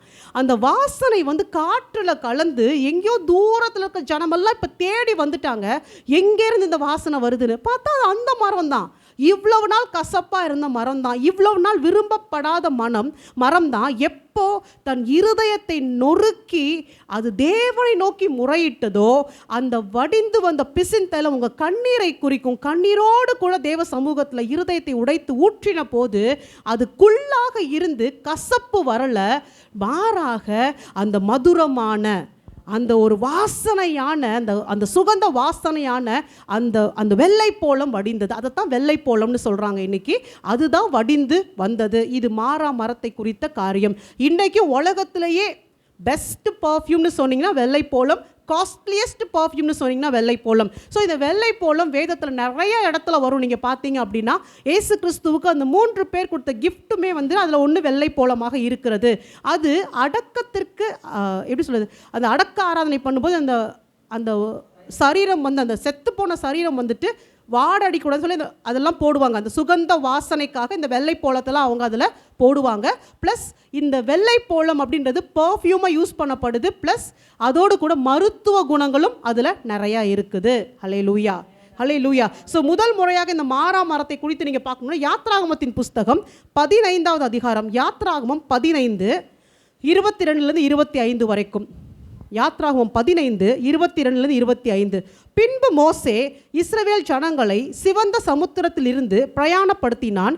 அவர்கள் சூர் வனாந்தரத்துக்கு புறப்பட்டு போய் 3 நாள் வனாந்தரத்தில் தண்ணீர் கிடையாமல் நடந்தார்கள். அவர்கள் மாராவிலே வந்தபோது மாராவின் தண்ணீர் கசப்பாய் இருந்ததினால் அதை குடிக்க அவர்களுக்கு கூடாதிருந்தது. அதனால் அவ்விடத்துக்கு மாரா என்று பேரிட்டார்கள். ஏன் அப்படின்னா அந்த இடத்தை சுற்றி இந்த மரம் மட்டும்தான் இருந்துச்சு. அந்த மரத்துடைய வேர்கள் அந்த தண்ணீரை குடிக்கக்கூடாத அளவுக்கு கசப்பாக ஆக்கி இருந்துச்சு. ஸோ இந்த சூழ்நிலையில் என்ன நடக்குது, அப்பொழுது ஜனங்கள் மோசேக்கு விரோதமாய் முறுமுறுத்து என்னத்தை குடிப்போம் என்றார்கள். மோசே கர்த்தரை நோக்கி கூப்பிட்டான். அப்பொழுது கர்த்தர் மோசேக்கு ஒரு மரத்தை காண்பித்தார். அதை அவன் தண்ணீரில் போட்டவுடனே அது மதுரமான தண்ணீர் ஆயிற்று. அவர் அங்கே அவர்களுக்கு ஒரு நியமத்தையும் ஒரு நியாயத்தையும் கட்டளையிட்டு அங்கே அவர்களை சோதித்து, ஓகே பின்னாடி வர்றது வேணா, இது வரைக்கும். ஸோ என்ன நடக்குது, அந்த மரத்தினுடைய வேர்களால் அந்த தண்ணீர் முழுசும் கசப்பாக மாறிடுச்சு. யாராலையும் குடிக்க முடியல. மோசேக்கிட்ட கர்த்தர் ஒரு மரத்தை காண்பித்து அந்த மரத்தை அந்த தண்ணீரில் போட சொல்கிறாரு. போட்ட உடனே தண்ணீர் எப்படி ஆயிடுச்சு, மதுரமாக. கசப்பாக இருந்தது, இப்போ மதுரம் ஆயிடுச்சு. கசப்பாக இருக்கிற வாழ்க்கையில் கல்வாரி சிலுவை மரம் வரும்போது வாழ்க்கை எப்படி மாறும், மதுரமாக மாறும். உங்கள் வாழ்க்கை எவ்வளோ கசப்பாக இருந்தாலும் சரி, கல்வாரியை நீங்கள் நோக்கி பார்த்த அந்த அனுபவத்துக்குள்ளே வந்துட்டீங்க அப்படின்னா உங்கள் வாழ்க்கை மதுரமாக மாற்றப்படும். ஸோ மாறா மரத்தை பார்க்கும் போது, யோசிக்கும் போதெல்லாமே நீங்கள் இந்த காரியத்தை உங்களுக்குள்ளாக எடுத்துக்கொள்ளுங்கள். ஸோ உங்களுக்குள்ளாக இன்னைக்கு கசப்போ, வெறுப்போ, கோவமோ, வைராக்கியமோ எது இருந்தாலும் யாருமே உங்ககிட்ட வர முடியாது. ஆனால் அதை மாத்திரம் பார்க்குற தேவன் அல்ல, உங்கள் இருதயத்தை பார்க்குற தேவன். சுற்றி இருக்கிற ஜனம் சொல்லலாம், இவங்கள்ட்ட இந்த குறை இருக்குது, அந்த குறை இருக்குது, எல்லாம் சொல்லுவாங்க தான். நல்லா பாருங்கள், இருதயம் நொறுக்கப்பட்ட பிறகு அந்த இலை மாறுச்சா, தன்மை மாறுச்சா, காயோட தன்மை மாறுச்சா? கர்த்தர் இருதயத்தை பார்க்கிறார். இருதயம் உடைக்கப்பட்ட போது உள்ளேருந்து வெள்ளை போல வருதுப்பா. என் மகளுடைய இருதயம் எனக்கு தெரியும், என் மகனுடைய இருதயம் எனக்கு தெரியும்னு சொல்லி நம் இருதயத்தை பார்க்கிற தேவன். இதே ஒப்புமையை நீங்கள் இயேசு கிறிஸ்துவுக்கும் சொல்லலாம். எப்படி அப்படின்னா, இயேசு கிறிஸ்துவும் விரும்பப்படத்தகாதவராகத்தான் இருந்தார். அவருடைய உபதேசங்கள் எல்லாரும் ஏற்றுக்கொள்ளக்கூடியதாக இல்லை. நல்ல விஷயம்தான், பலருக்கும் அது கசப்பாக தான் இருந்தது. ஏன் அவங்க சீஷர்களுக்கே அது கசப்பாகத்தான் இருந்தது. அவருடைய சில உபதேசங்களை யாராலையும் ஏற்றுக்கொள்ள முடியலை. அவரை விட்டு விலகி போகத்தான் பார்த்தார்கள். நீங்கள் வீட்டில் வாசிங்க, யோவான் எழுதின சுவிசேஷம் 6வது அதிகாரம் 60லேருந்து 66 வரைக்கும் நீங்கள் வீட்டில் வாசிங்க. யோவான் 6 60லேருந்து 66. அந்த இடத்துல என்ன நடக்கும் அப்படின்னா, அவர் தன்னுடைய சரீரத்தையும் மாம்சத்தையும் ரத்தத்தையும் புசிப்பதை குறித்து பேசுவார். பேசும்போது அவருடைய சீஷர்களுக்கே கோவம் வந்துடும். இதெல்லாம் எப்படி பாசிபிள், இதெல்லாம் எங்களால் ஏற்றுக்கொள்ள முடியாது, நீங்கள் என்ன எப்படிலாம் சொல்கிறீங்கன்னா, அந்த உபதேசத்தை வெறுத்து அவரை விட்டு நிறைய பேர் போயிடுவாங்க. அப்போ தான் அவர் கேட்பார், நீங்களும் போக மனதாக இருக்கிறீர்களான்னு சீஷர்களை பார்த்து கேட்கும்போது பேதுரு சொல்வார், எங்கே போவோம் ஆண்டவரே, ஜீவனுள்ள வார்த்தைகள் உம்மிடத்தில் அல்லவோ இருக்கிறது. ஸோ இயேசு கிறிஸ்துவுடைய பல காரியங்கள் மக்களுக்கு எப்படி இருந்ததா, கசப்பாக தான் இருந்துச்சு. சத்தியம் சில சமயம் கசப்பாக தான் இருக்கும். ஆனால் இயேசு கிறிஸ்து கல்வாரி சிலுவையில் உடைக்கப்பட்ட போது அன்புன்ற ரத்தம் வந்துச்சு தெரியுமா வெளியில். அந்த வெள்ளை போலம் அநேகருடைய இருதயத்தை மாற்றினது. அடிக்கும் போது அவருக்குள்ள இருந்து கசப்பு வரல, கோபம் வரல, பழி வாங்குற உணர்ச்சி வரல. அவருக்குள்ளாக இருந்து வடிந்த வெள்ளை போலமாகிய ரத்தம் மன்னிப்புன்னு பேசுச்சு, அன்புன்னு பேசுச்சு, உங்களை நான் என்னோட கூட சேர்த்து கொள்றேன்றதை மாத்திரம்தான் பேசுச்சு. இன்னைக்கும் நீங்கள் வசனத்தை போதிப்பதை விட, அற்புத அடையாளங்களை செய்வதை விட, கர்த்தருடைய அன்பை சொல்லும் போது தான் ஆத்துமாக்கள் அவர்கிட்ட வராங்க. வாசனை உள்ள வெள்ளை போலும் அவருடைய அன்புன்ற ரத்தம் தான். இன்னைக்கு உலகத்தை அவர் ஜெயித்தது அன்பை கொண்டு. அதுதான் இந்த மாறா மரம் நமக்கு வெளிப்படுத்துகிறது. எப்போ அன்பை வெளிப்படுத்தணும்னா, அடிக்கும் போது, நொறுக்கும் போது, உங்களை ஏளனமாக பேசும் போது, என் இருதயம் உடைக்கப்படும் போதெல்லாம் எனக்குள் இருந்து வெள்ளை போலமாகிய அன்பு ஊற்றெடுத்து வரணும். வந்தால் தான் நான் விரும்பப்படத்தக்கவள். இல்லை அப்படின்னா உலகத்தானுக்கும் எனக்கும் எந்த வித்தியாசமும் கிடையாது. அல்லேலூயா.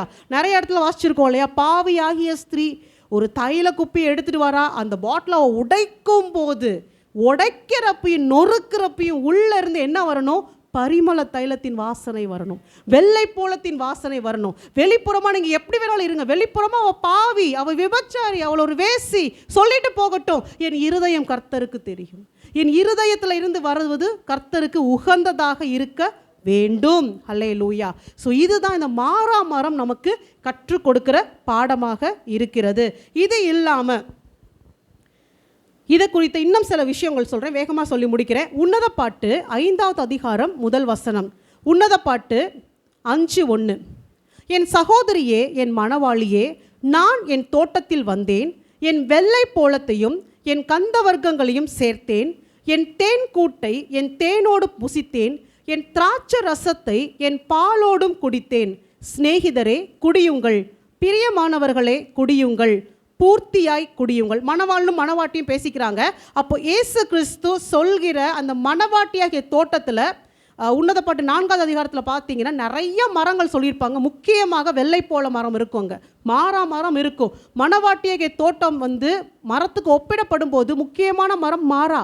கசப்பான அனுபவம் பிறருக்கு, கர்த்தருக்கு அதிலிருந்து வடிகிற வெள்ளை போலம் மிக மிக முக்கியமானது. இங்கே பார்த்தீங்கன்னா இந்த வசனத்தில் 4 விஷயம் சொல்லியிருப்பாங்க.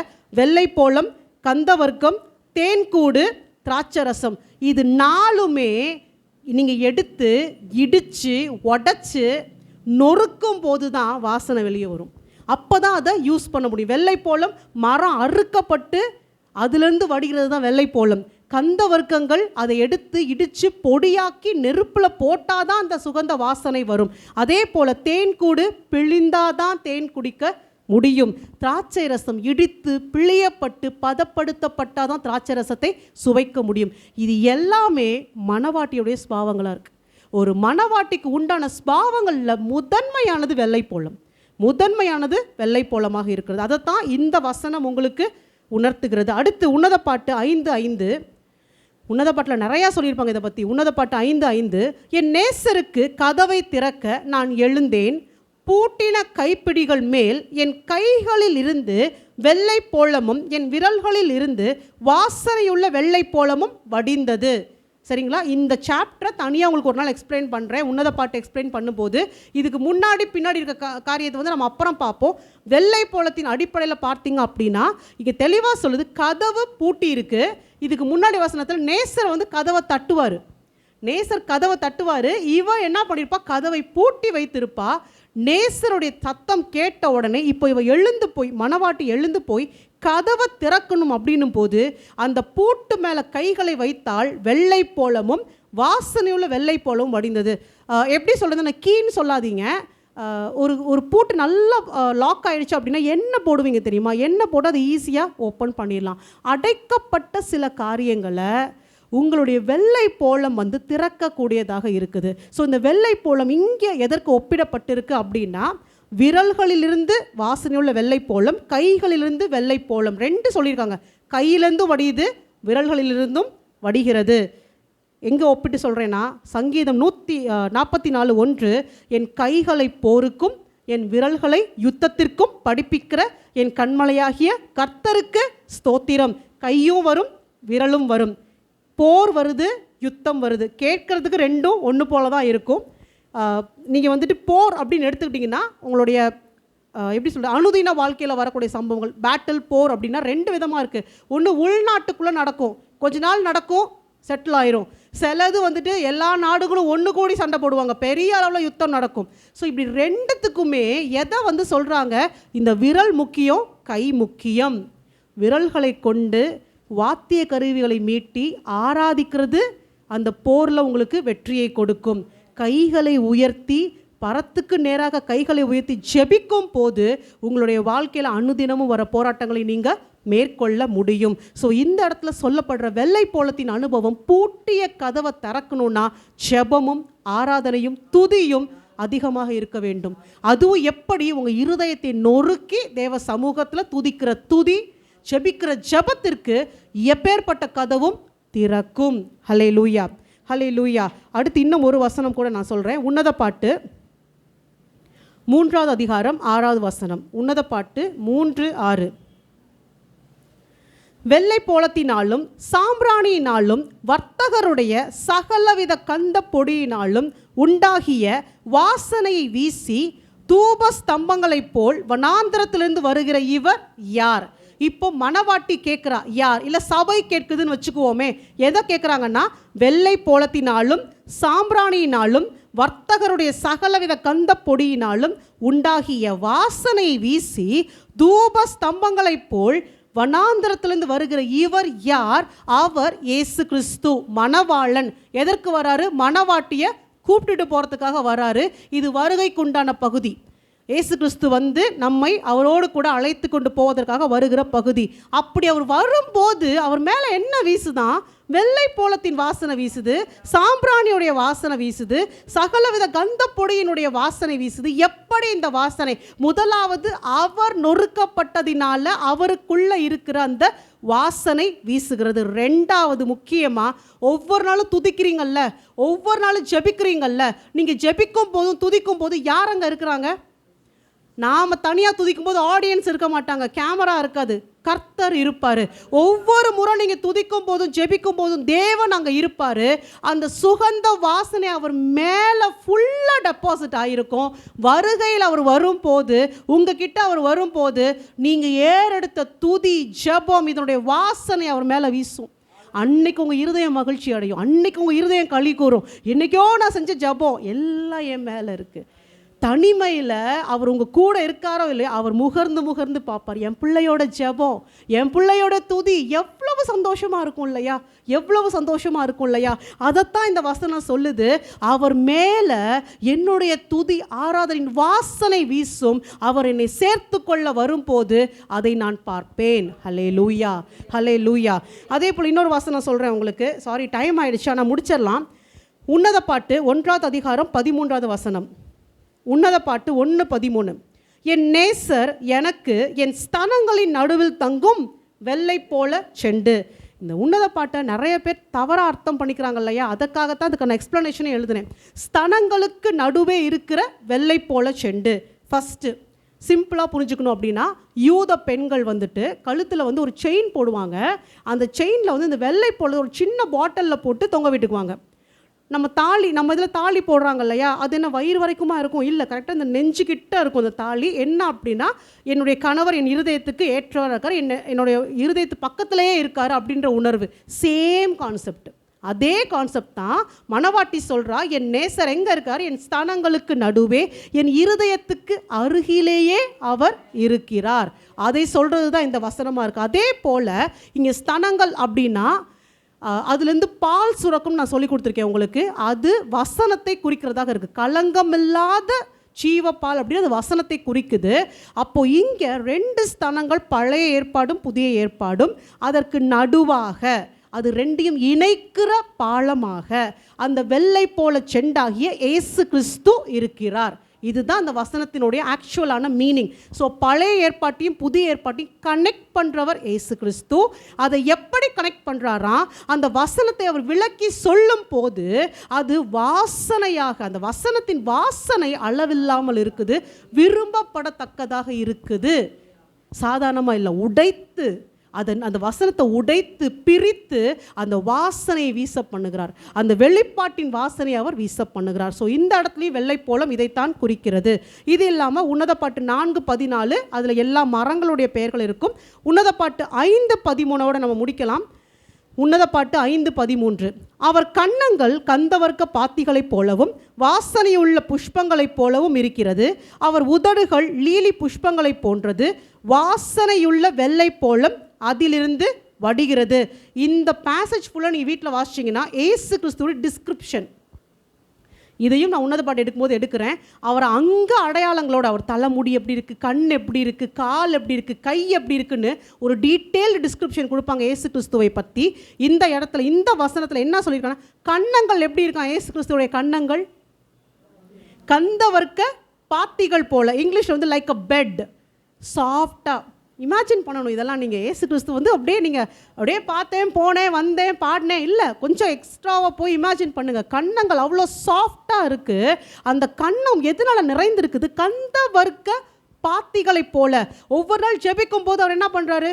ஆண்டவரே, இதை நீங்கள் சுகந்த வாசனையாய் முகர்ந்து கொள்ளுங்கள். இப்படி இருக்குது, முகர்ந்து கொள்றதுனா எப்படி பண்ணுவோம்? கொஞ்சம் குனிஞ்சு முகர்ந்து கொள்வோம். நீங்கள் ஜெபிக்கும் போதும் துதிக்கும் போதும் அவர் கீழே குனிஞ்சு அதை முகர்ந்து கொள்ளும் போது அது அவர் கன்னத்தில் அப்படியே டெபாசிட் ஆகுதான். உங்கள் துதியும் ஜெபத்தின் வாசனை அவர் கன்னங்கள் டெபாசிட் ஆகுது. வாசனை உள்ள புஷ்பங்களைப் போலவும் இருக்கிறது. அவர் உதடுகள் லீலி புஷ்பங்களைப் போன்றது, அகன்று விரிந்து. நான் ஜெபிச்சுட்டேன், துதிச்சுட்டேன், முகர்ந்து கொண்டார். அவர் அப்படி சிரிக்கும் போது அந்த கண்ணம் அப்படி உப்பி வருது. அதில் ஃபுல்லாக என்னுடைய துதி வாசனையால் நிறைந்து இருக்கிறது. இப்போ அவர் வாயை திறந்து பேசுகிறாரு. அந்த உதடுகளை அவர் திறக்கும் போது உதடு எப்படி இருக்கான்? விரிந்த ஒரு லீலி புஷ்பத்தை போல இருக்குது. லீலி புஷ்பம் எப்படி இருக்கும்? மென்மையாக இருக்கும், வாசனையாக இருக்கும், தேன் நிறைந்ததாக இருக்கும். மலர்ந்திருக்கும் போது மிகவும் அழகாக இருக்கும். அந்த காட்சி மனதை மகிழ்விக்கும். அது நிறைய பேர் தன்னண்டையில் அட்ராக்ட் பண்ணும், இழுக்கும், கவர்ந்து இழுக்கும். அவருடைய வாய் அப்படி தான் இருக்கான். வாயே இவ்வளோ அழகாக இருக்குன்னா அவர் பேசும்போது என்ன நடக்குதான்? வாசனையுள்ள வெள்ளை போலம் அதிலிருந்து வடிந்து வருகிறது. ஹல்லேலூயா. இவர் தாங்க என் நேசர், இவர் தான் நம்மளுடைய நேசர். உணர்ந்து கொள்ளுங்க. அந்த வெள்ளை போலம் எதை குறிக்குது? இந்த இடத்துல எதை குறிக்குதுன்னா, அது ஒரு சுத்திகரிப்பை குறிக்கிற காரியமாக இருக்குது. வெள்ளை போலத்துக்கு யூஸ்வலாகவே வாய் சம்பந்தமான எல்லா பிரச்சனைகளையும் குணமாக்குகிற ஒரு ஒரு பவர் இருக்குதுன்னு சொல்லி மெடிசினல் ப்ராப்பர்ட்டி இருக்குன்றாங்க. வாய் புண்ணாக இருக்கலாம், இல்லை ஒரு பேட் பிரெத்தாக இருக்கலாம், இது எல்லாத்தையுமே அது வந்து சரி பண்ணுன்னு சொல்கிறாங்க. இயேசு கிறிஸ்து என் வாயின் வார்த்தைகளை சுத்திகரிக்கிறார். அவர் பேசும்போது எனக்கு அது மதுரமாக இருக்குது, கேட்டுக்கிட்டே இருக்கலாம் போல இருக்குது. அப்படிப்பட்ட வாசனையுள்ள வெள்ளை போலம் அவருடைய உதடுகளிலிருந்து வடிந்து வருகிறது. ஹல்லேலூயா. ஸோ மாறானா ஈஸியாக வெள்ளைப்போளம் அப்படி இல்லை. கொஞ்சம் நீங்கள் ஆழமாய் போய் பார்த்தீங்க அப்படின்னா இதை விட இன்னும் நிறைய காரியங்கள் இருக்குது. அது உங்களுடைய பார்ட். நீங்கள் இன்னும் கொஞ்சம் ஆண்டவர்கிட்ட கேளுங்க. நிறைய வசனங்கள் இருக்குது, தியானிங்க. ஸோ இன்றைக்கி நம்ம 2 மரத்தை குறித்து பார்த்தோம். கொப்பேர் மரத்தை குறித்து பார்த்தோம், மாறாவை குறித்து பார்த்தோம். இந்த 2 மரமும் நம்ம வாழ்க்கையோட ஒன்றி போன காரியங்கள். இதில் சொல்லப்பட்ட பாசிட்டிவான விஷயத்தை யோசிச்சிங்க, தியானிங்க. நம்ம வாழ்க்கை இது போல் மாற்றப்படணும், இந்த மரங்களைப் போல், இந்த தன்மையைப் போல் நம்ம வாழ்க்கை மாற்றப்படணும் தான் இதெல்லாம் நமக்கு உதாரணமாக அவர் வைத்திருக்கிறார். கண்களை மூடி ஜெபிப்போம். ஸ்தோத்திரம் ஆண்டவரே, நன்றியோடு துதிக்கிறேன் அப்பா, ஸ்தோத்தரிக்கிறேன். கர்த்தர் எங்களுக்காக நியமித்த காரியங்களை நாங்கள் புரிந்து கொள்ள எங்கள் கண்களை திறந்து கொடுங்கப்பா. இன்றைக்கி நாங்கள் பார்த்தது போல கர்த்தாவே, அந்த ரட்சிப்பின் பேழைக்குள்ளாக நாங்கள் பிரவேசிக்க இன்றைக்கு இந்த ஆசீர்வாதத்தை தாங்கப்பா. இங்கே இருக்கிற ஒவ்வொருவருக்கும் கர்த்தாவே, இதை கேட்டுக்கொண்டிருக்கிற ஒவ்வொருவருக்கும் இந்த ஆசீர்வாதம் வரட்டும். குடும்பம் குடும்பமாக ரட்சிக்கப்படட்டும் அப்பா. குடும்பம் குடும்பமாக சபைக்கு வரட்டும் ஆண்டவரே. தேவ சமூகத்தில் ஒரே குடும்பமாக தேவ தரிசனத்தை பெற்றுக்கொண்டவர்களாக காணப்பட உதவி செய்யுங்கப்பா. பிரிவினைகள் எல்லாம் நீங்கட்டும் ஆண்டவரே. இயேசு கிறிஸ்துவின் இரத்தத்தினால கீழ் பூசப்படட்டும் அப்பா. ஒரு பாண்டிங் உண்டாகட்டும் அப்பா. ஒரு ஆத்தும பிணைப்பு உண்டாகட்டும் அப்பா. குடும்ப உறுப்பினர்களுக்குள்ளாக பிரிவினையின் எண்ணங்கள் எல்லாம் அகன்று போகட்டும் ஆண்டவரே. தேவ சமூகத்தில் காத்திருந்து ஜெபிக்கிற கிருபையை தாங்க அப்பா. இந்த மாறாவை போல வெள்ளை போல எங்கள் இருதயத்திலிருந்து வடிந்து ஓடட்டும். கசப்பான அனுபவங்கள் எங்கள் வாழ்க்கையில் வந்தாலும் ஆண்டவரே, எங்கள் இருதயத்திலிருந்து வெள்ளை போல மாத்திரம் வடிந்து வரட்டும் அப்பா. கசந்த காரியங்களை எங்கள் பேசாத படிக்கு, கர்த்தருக்கு உகந்த காரியங்களை பேசும்படி எங்களுக்கு கிருபை தாங்க. கர்த்தர் கொடுத்த எல்லா நன்மைகளுக்காக நன்றி செலுத்துகிறோம். இயேசு கிறிஸ்துவின் நாமத்தில் பிதாவே, ஆமென்.